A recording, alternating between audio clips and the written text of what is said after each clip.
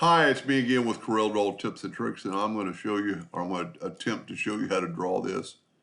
Maybe not the best way, and there's a couple of ways to look at it. You can look at it without an outline, and it looks totally different. Put an outline on it. You can make the outline quite a bit thicker.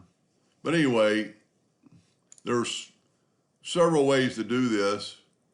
You need to make a slanted box. So probably the best way is to do a six-sided polygon. Doesn't matter what size you start out with, but we need it flat on top. So we're going to rotate it 30 degrees. Then let's zoom in here and let's take our 2-point line. Whoop. And let's go from the center up, center out, and the center down.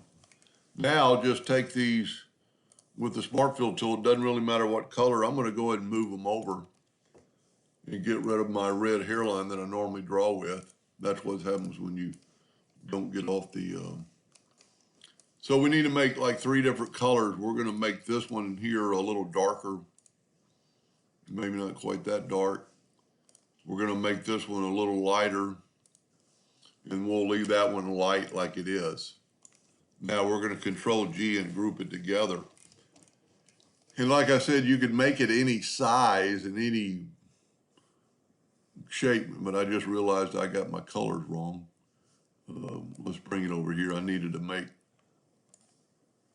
do it like this one, I need to make this one the lightest one. I grouped it together, so I'm going to have to go to ungroup. Let's make this one the lighter one. Make this one the darker one. And then make this one the in-between one. And you could play, you could do colors. You know, let's make this one a little bit lighter. Steel. This would look pretty cool, I think, with colors. So we need to group that together, Control G. And this is where you'll just have to kind of experiment with it. And I'm going to Control D and make a duplicate. And I'm just going to, whenever you start moving, before holding down the control button, I'm going to leave it about that far apart. Control D, and that didn't work. Let me start all over. That first one messed up. Control D, start moving, then hold down the control button, then Control D, Control D, Control D. That is going to set your parameter of your item. This is approximately the middle. So I'm going to take a 2-point line, then start moving and hold down the control button. And then from here, I'm going to hold down the control button and I've got a constraint. So there's my middle part that I want.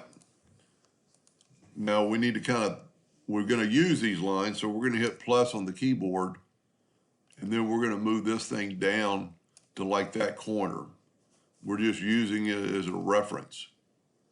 We got pretty close. We can actually delete our lines now. If I can grab them. And then we're going to open up the blend tool. Go to Effects, Blend, and grab that one.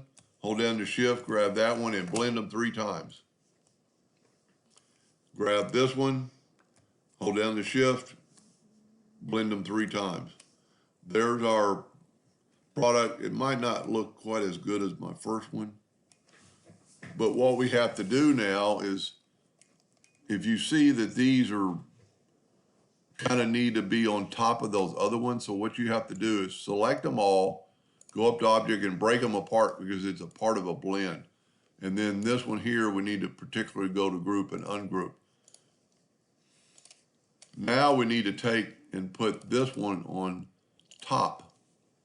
So we'll go to Effect, or we'll go to Object, Order, Front of Page. See what it did? It put it on top. Object, Order, Front of Page. Object, and I maybe could have done the whole thing. But now we need to get these underneath that one. So we need to take these 2, go up to Object, Group, and Ungroup. And then I just need So we've got different groups. I need that one. Hold down the shift. I need that panel and that panel. And then I'm going to go to Object, Order, Front of Page. Or no, is it? Yeah. So we got a little bit of a mistake right here. I should have selected that one and made Object, Order, Front of Page.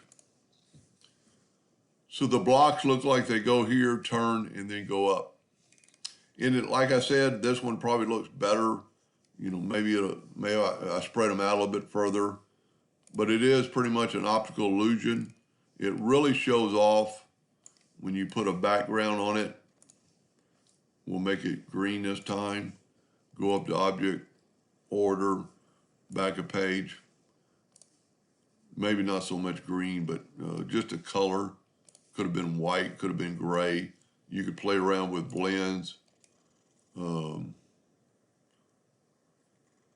know, looking at it now, I probably needed to, what you're looking for is, see that V versus that V. I should have spaced them out a little bit more to make them look a bit better. I'm going to play around with this with some colors, and maybe I'll figure out how to equally space them out. But like I said, they look totally different if you take away the outline by right-clicking.